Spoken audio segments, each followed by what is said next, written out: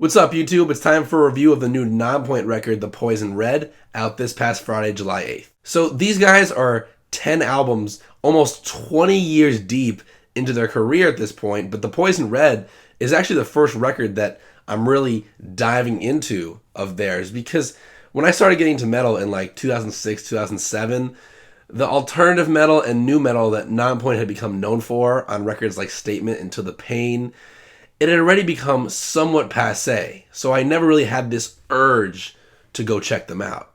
But now that it's 2016 and I just want to hear anything and everything, regardless of what it is, I was really interested to check this record out and give it a shot. It was actually one of the major metal releases of the summer that I've been eyeing for a couple months now. And unfortunately, I am really disappointed. This record is essentially a time warp back to 2002 radio metal with like a couple guitar solos thrown in. It's like a mix of an even more watered down Spineshank and like a neutered Seven Dust. I'm honestly kind of shocked that there's still a big enough audience for something like this in 2016. I mean, from the get-go, the opening track, Generation Idiot, utilizes this 2-chord guitar progression that is literally the chord change for every other modern hard rock song.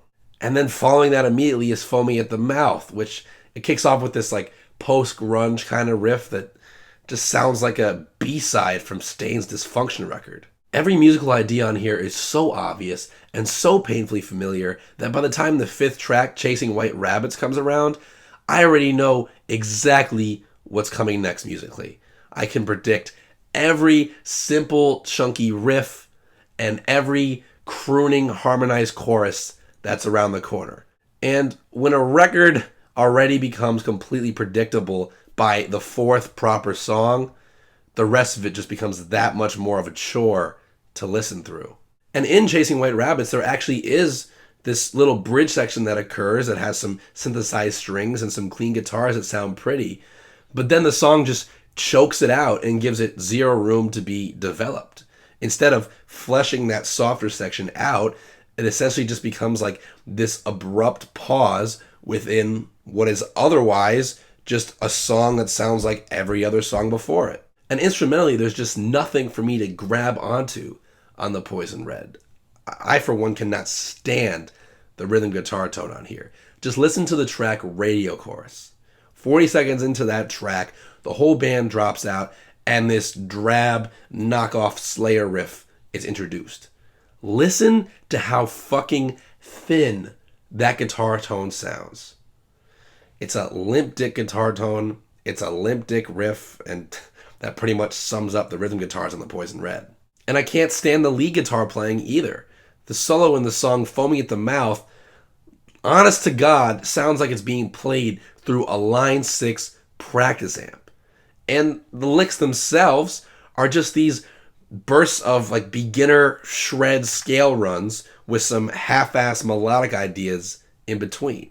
And not only are the solos bad on their own, but they feel completely forced into these tracks that are otherwise extremely basic hard rock tunes that don't suggest or imply a shredding solo being on top of them. I mean, nothing good happens in the lead guitar department until track 13, Be Enough, which features like a pretty interesting, pretty fun harmonized guitar solo. And the last thing that really gets on my nerves with a lot of this record is some horribly cheesy lyrics. Metal is not always poetry, but I simply cannot get past a lot of the cringeworthy lines that get dropped on here. So here are 3 quick examples.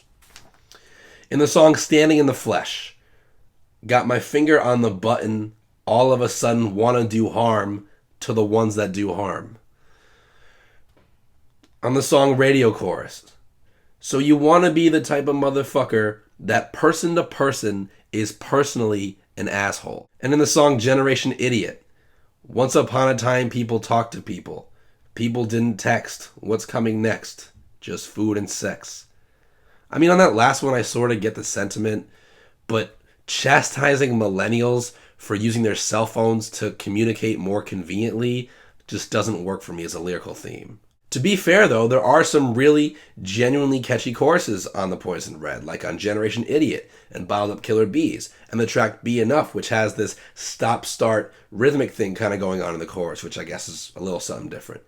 And I, for one, really like frontman Elias Soriano's voice. I think he has this thick rasp that is prime for this style of music, and nowhere is that more apparent than on the chorus to Bottled Up Killer Bees, which is definitely my favorite. But other than that, I found the Poison Red to be incredibly uninteresting and just this plunge into the most generic depths of the alternative metal and radio metal that was all the rage in America like 15 years ago.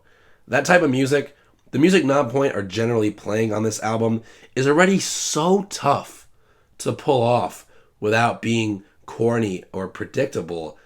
And it really makes matters worse when Nonpoint don't have any fresh ingredients to add to the recipe. So, I hope with this record, Nonpoint can land some high-profile sync deals with, like, UFC or NASCAR, because I could definitely see some of these songs working in that context, but I am just not into this album.